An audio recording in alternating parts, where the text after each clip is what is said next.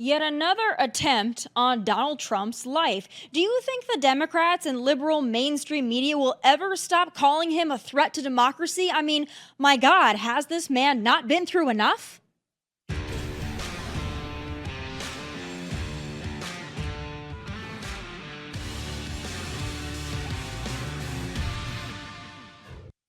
A second assassination attempt on Donald Trump. Thank goodness he's okay and no one was hurt. But if you thought just maybe, the liberal mainstream media would resist the urge to do the moral limbo, well, nope. Do you expect there to be calls from within the Trump campaign to do that? Because he's going to reach out to his supporters and say, let's take this down. We do not know, again, the source of any gunshot or gunshots. We don't know who's responsible for this. The whole thing has yet to be 100% confirmed from start to finish how this all played out. But do you expect to hear anything from the Trump campaign about toning down the rhetoric, toning down the violence, or would that be atypical of the former president? Well, Alex, remember back to the assassination attempt on President Trump's life and how, there was talk of a new tone, and then the Republican convention was, by Trumpian standards, muted. And it did seem like he was, just trying to take it down a few notches. But then by the end of his convention speech, we were kind of back to where we started. So I don't know how long this could, this moment of unity for the country where we come together and we say, I don't want any political opposition to be under threat of violence. It's not okay, any threat of violence, we don't want.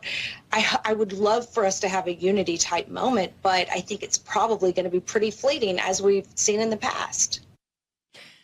It takes a really talented and really sick mental gymnast to report on a second assassination attempt and manage to blame the target of the assassination attempt. I've never seen anything like it. Oh, wait, I have 2 months ago after the first assassination attempt on Donald J. Trump.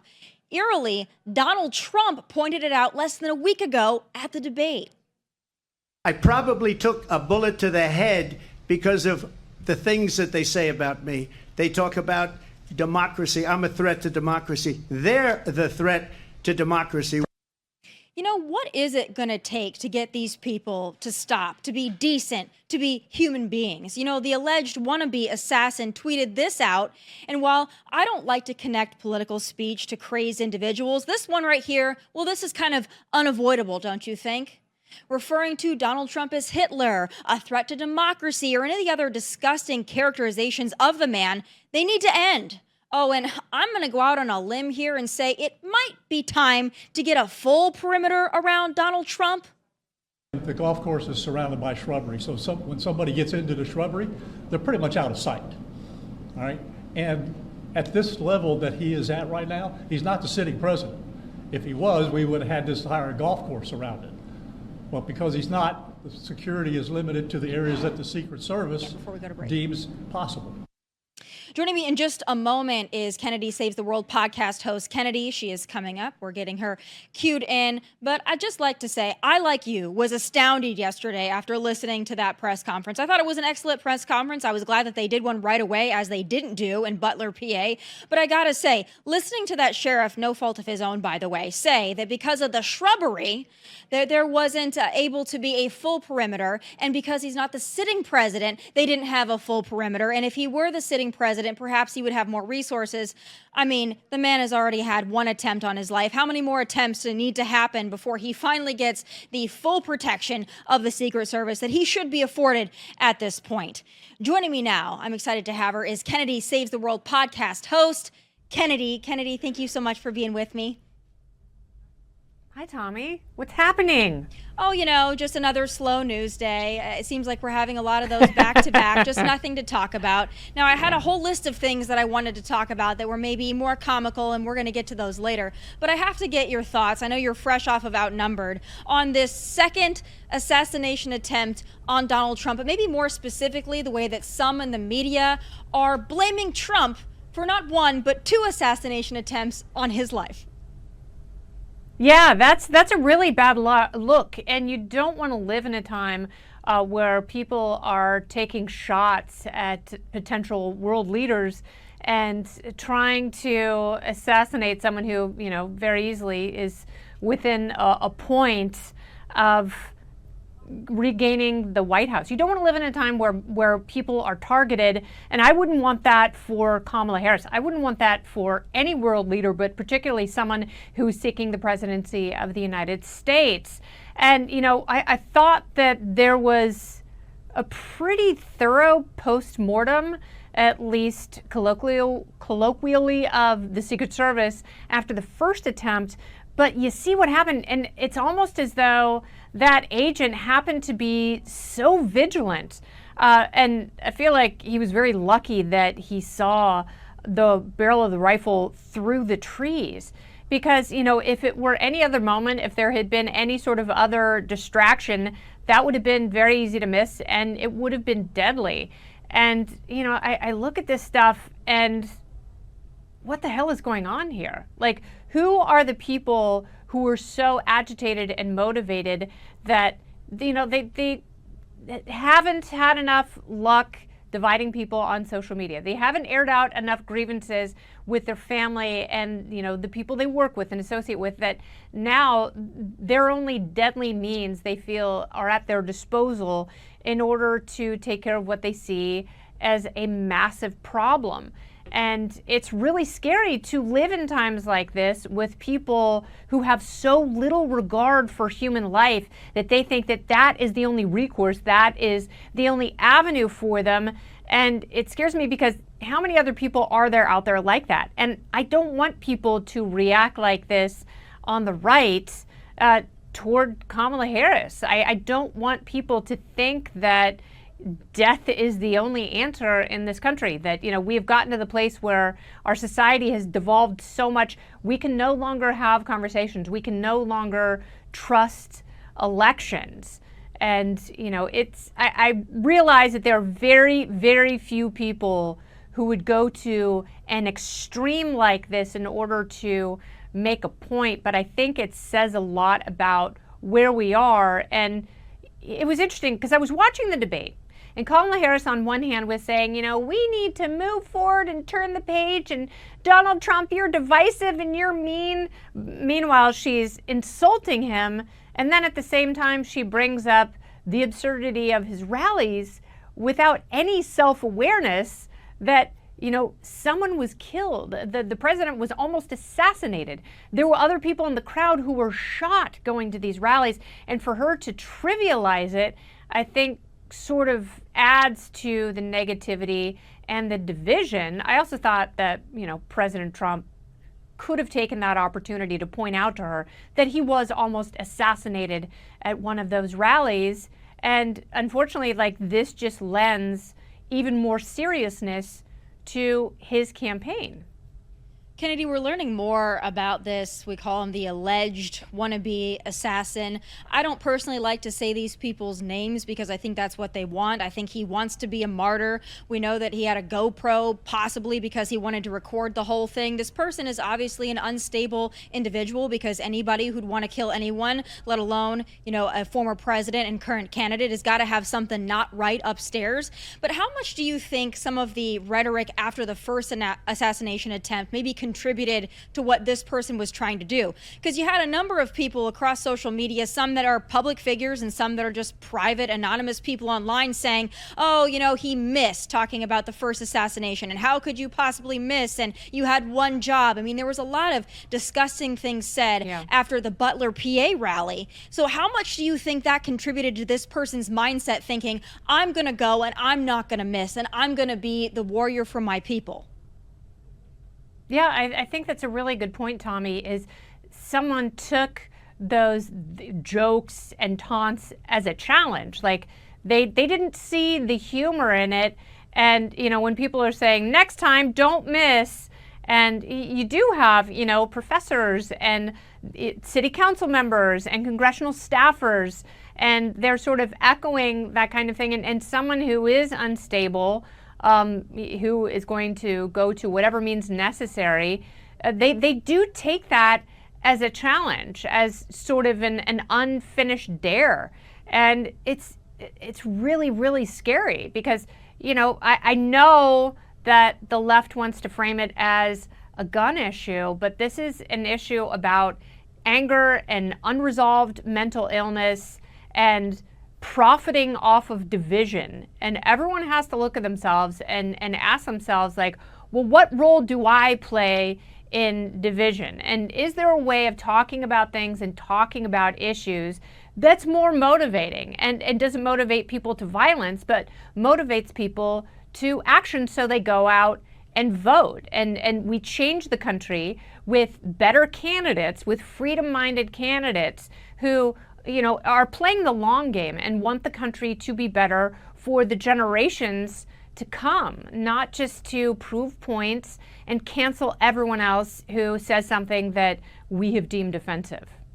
I wonder how this is going to play politically, not just in terms of the way people talk about this, but we know after the first assassination attempt on Donald Trump's life with that iconic photo in the fight, Donald Trump did see kind of a coalescing around him of support, and even celebrities and public figures after that first assassination attempt, they finally came out and said, I can't be quiet anymore. They showed maybe some subtle support for Donald Trump. It's sad that it took that to get them there.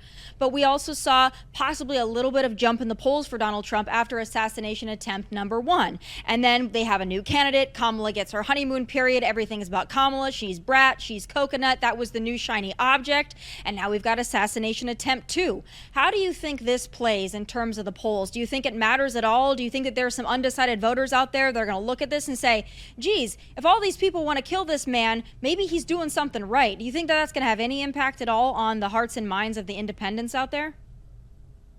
I think this is going to be a really hard issue for people to ignore, because if you remember the Keith Olbermanns of the world after the first assassination attempt, they were like, oh, it wasn't an assassination attempt. He was hit in the ear with a shard of teleprompter glass, and, saying all these things unfounded to do whatever they could to negate the seriousness of what happened. But I think people look at this and they realize, like, this is very serious. These are incredibly serious times. So maybe there is a reason that one establishment or the other doesn't want this person back in office. And one of the things that will change right away is the Secret Service. And if he is elected again, I think one of the first things you're going to see is a much more serious look at the Secret Service, who runs it. How did we get to this place where, excuses are made about someone who clearly has threats to him, active threats and bounties on his head. And, and now it's not just theoretical, like we have seen, to actual assassination attempts. And I think it does shift perspective on the race a little bit. And it takes it from something that has been incredibly trivial and immature in terms of Kamala Harris's marketing, and it reframes it. And, we see that the pain and the anger that some people are experiencing is too much for them to cope with, and they feel that this is the only coping mechanism, and that is absolutely unacceptable in a society. So, the other thing I ask is, if Democrats are so worried that if President Trump regains the presidency again, that he'll be so powerful, well, why didn't they do more to curtail presidential power over the last 3.5 years? Because they had the perfect opportunity to do that if they felt that this office was too strong. And, they just didn't. There were a lot of things that they waited until the last minute, until society and voters had reached critical mass on issues like immigration before they acted on it. It's like they focus grouped everything. And I think, you will have voters who are on the fence who look at that and they realize that may not be the best way to govern. Right. Well, you brought up, the way that the vote's going to go and what's going to influence it and what's not going to influence it. And yesterday, before we had assassination attempt number 2, the big news of the day was something that relatively so is inconsequential, but it was the big news up until we had this latest debacle. But that was Donald Trump putting on Truth Social that he hates Taylor Swift. Now, I think this ruffled some feathers, and I want to shift, obviously, from the seriousness of what happened yesterday to something that comparatively doesn't compare. But we still should talk about it because, in a cultural sense, it matters. Do you think that he meant this in a joking way? Do you think he's serious? Do you think it's going to matter at all? I mean, I'm of the personal opinion that you shouldn't really piss off any fan base because it's not helpful politically, but we know Donald Trump, historically doesn't really care about that. So when you see the "I hate Taylor Swift" in all caps, what's your first reaction? Maybe not the best thing to do on a day when the Chiefs are playing, but I understand where he's coming from. Like he sort of stews about things and he gets very frustrated and the whole thing just boils over. And when he boils over, things can be taken out of context. It also goes to show you no matter how many people he has on his team, he's going to do and say what he wants to. I am of the belief, I don't think it's necessarily the smartest thing for her to endorse one person over the other right now. I know she endorsed Joe Biden in 2020, but, she's from a red state. And, her adopted home is a red state, obviously, where you live. And her boyfriend plays football in a red state. So I think that, at first she should be thinking about the people that she might leave out in the cold, but I don't think that is necessary for him to say in such uncertain terms, because there are a lot of people like me where I may not like her politics, but I love her music. Right. If I didn't listen to any bands who weren't libertarian or weren't conservative, I wouldn't listen to any music, and my life would be worse for it. Like, I came to the realization a long, long time ago when I was on MTV that it's okay to love music even if you hate the views of the people who make great music. I agree. I like Taylor Swift for her songs. I think that she's incredibly talented and creative. At first when I read that, it was kind of one of those palm to the face things like, Donald Trump, you just didn't have to do it. And it kind of irritated me a little bit because I thought to myself, here we are in such a close race where it's going to be won on the margins. And you've got this person who's got millions and millions of followers. She got millions of people to register to vote, by the way, or hundreds of thousands to vote, and probably millions over the last several years to register to vote. So just saying that you hate her, it really doesn't serve a purpose. But like you said, Donald Trump, he cannot be managed. He is uncontrollable. He cannot be tamed, as Miley Cyrus would say.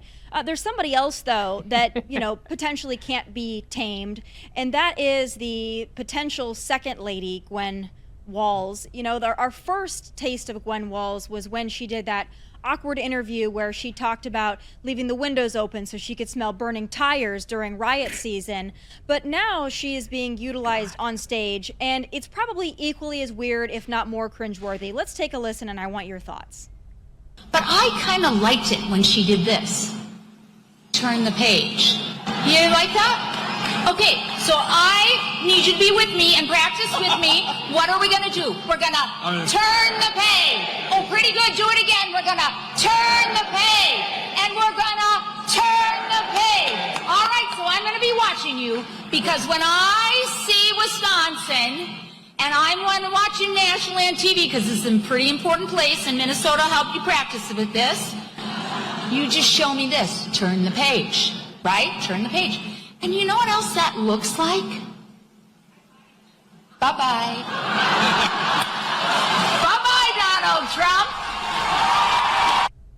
Kennedy, it looks like a windshield wiper to me, but I'm also struck by how similarly she looks to Hillary Clinton. She looks like she could be Hillary Clinton's less evil sister. I don't know what's going on there, but I don't know if it's maybe the best idea to put Gwen Walz out there. Yeah, you never know. Yeah, she reminds me of Jill Biden. And, Jill Biden has a way of talking to people like they're four, which is incredibly annoying. And it sort of negates the fact that we are in a very serious election and there are some very, very serious issues to be pondered for voters. And talking to them like it's story hour is just so friggin' odd. And it was funny because I was watching her, but I was really watching Tim Walz, and he was so frustrated.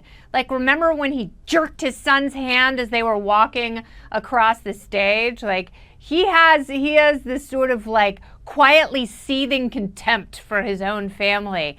And you could tell that he was so mad at her because he knew this was the kind of thing, like, everything is going to catch fire. But only a few things go absolutely viral. And he knew in this moment that that was one of them because it was so weird. And she was trying so hard to make this preschool point that she actually made herself look kind of like an ignoramus. It's hard to watch. She's hard to watch. He's hard to watch for me. I think they're both, they coined the term weird for Republicans and Donald Trump and J.D. Vance, but I have yet to see anything more odd than him doing his Dallas Cowboy cheerleaders kicks or her with the turn the page. I think they're both weird. The whole ticket, though, they really are chameleons. You have to give them credit for that. Kamala Harris, she's an actress. We saw it last week during the debate, but she also has mastered the ability to put on several accents. This is not a new thing for Democrats, but she debuted maybe an old new one this past weekend. Let's take a listen to Kamala Harris. Hello to all my divine nine brothers and sisters and my sorors.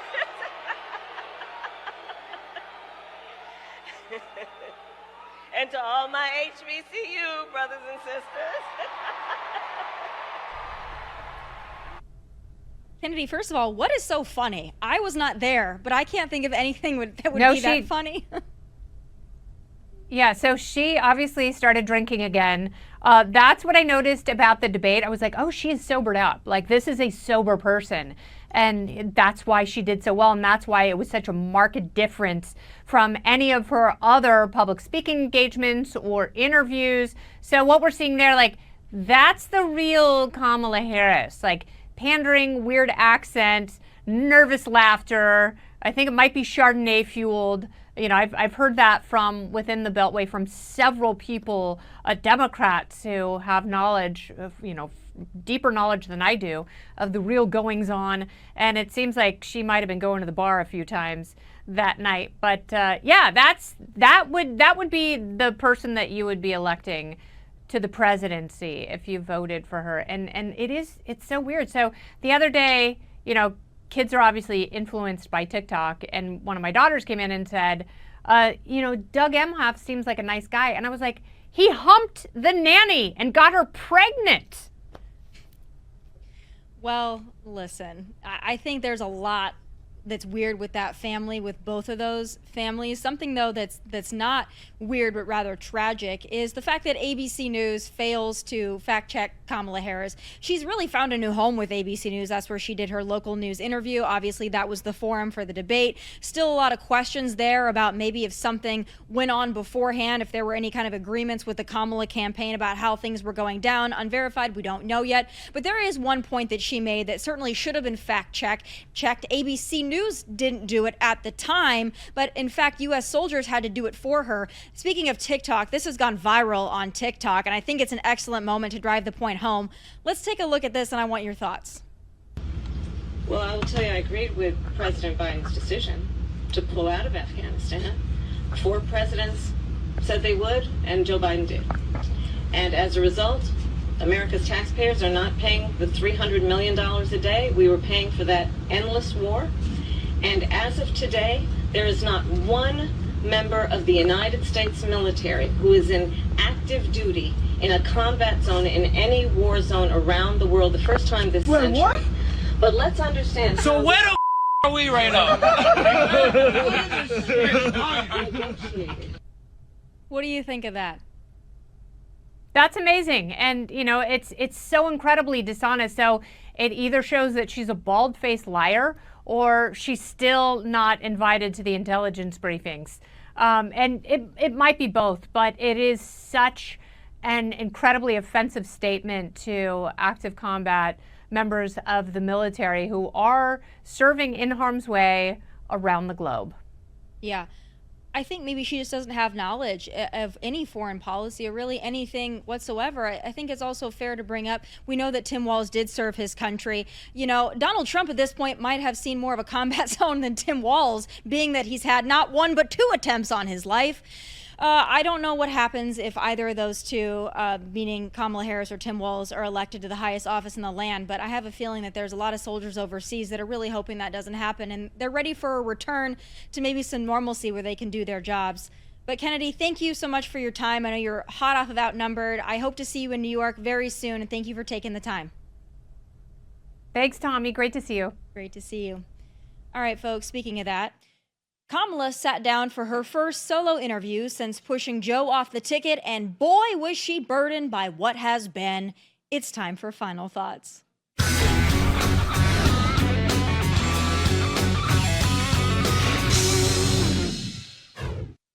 So Kamala put on a pretty good performance in last week's debate. She remembered her lines, and she was sure to hide the cackle because she, unlike Joe Biden, is cognitively proficient enough to get through a 90-minute debate with the help of two moderators after hunkering down for a week of dedicated prep. But what happens when you take all of that away? Well, you get this. May I present the Aristotle of our time. How are you feeling about Pennsylvania? I am feeling very good about Pennsylvania because there are a lot of people in Pennsylvania who deserve to be seen and heard. That's why I'm here in Johnstown. And I will be continuing to travel around the state to make sure that I'm listening as much as we are talking. And ultimately, I feel very strongly that got to earn every vote. Notice she can't even look at the reporter. Her eyes dodge and dart all over the place as she looks for her lifeline and racks her brain for the rehearsed line. She was a good 2 seconds away from being unburdened by what has been, so thank heaven for the passage of time. But when she sat down for her very first one-on-one interview since pushing Joe off the ticket, this is what we got. My approach is about new ideas, new policies that are directed at the current moment, and also, to be very honest with you, my focus is very much in what we need to do over the next 10, 20 years to catch up to the 21st century around, again, capacity, but also challenges. Vanna White, Kamala would like to buy a vowel or maybe the whole damn alphabet. Important to note, Kamala has now completed the same number of interviews as Trump has had attempts on his life. 2. But that whole interview was 11 painstaking minutes long, and for her, I'm sure it felt like an eternity. It was so bad, in fact, that the local ABC station had to clean it up for her.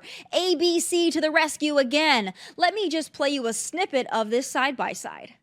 When we talk about bringing down prices and making life more affordable for people, what are one or two specific things you have in mind for that? Well, I'll start with this. I grew up a middle-class kid. My mother raised my sister and me. She worked very hard. She was able to finally save up enough money to buy our first house when I was a teenager. I grew up in a community of hardworking people, you know, construction workers and nurses and teachers. And I try to explain to some people who may not have had the same experience, you know, but a lot of people will relate to this.